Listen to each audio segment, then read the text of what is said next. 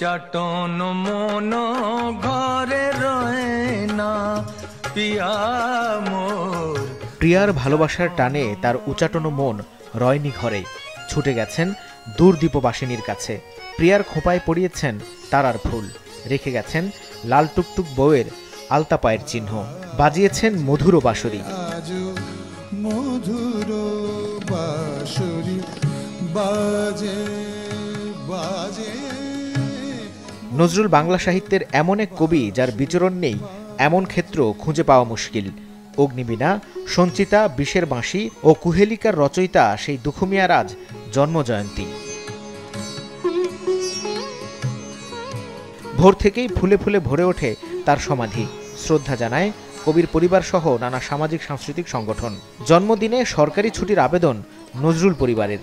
কাজী নজরুল ইসলাম আমাদের জাতীয় কবি, তার জন্মদিবসে ছুটিটা ঘোষণা করা হোক, সেটা এখনো হয়নি। দুর্গমগিরি কান তারা মোর দুস্তর পাড়া বারো হয়ে, এই গানটি যেন জাতীয় পর্যায়ে ব্যবহার করা হয়। শ্রদ্ধা জানান বিভিন্ন রাজনৈতিক দলের নেতারাও।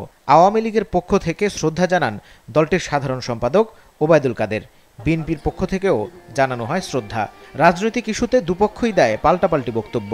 বিএনপির পৃষ্ঠপোষকতা বাংলাদেশের কিছু সাম্প্রদায়িক অশুভ শক্তি, এরা তৎপর সাম্প্রদায়িকতার বীজ বৃক্ষকে সমূলে উৎপাদিত করে অসাম্প্রদায়িক বাংলাদেশ গড়ব।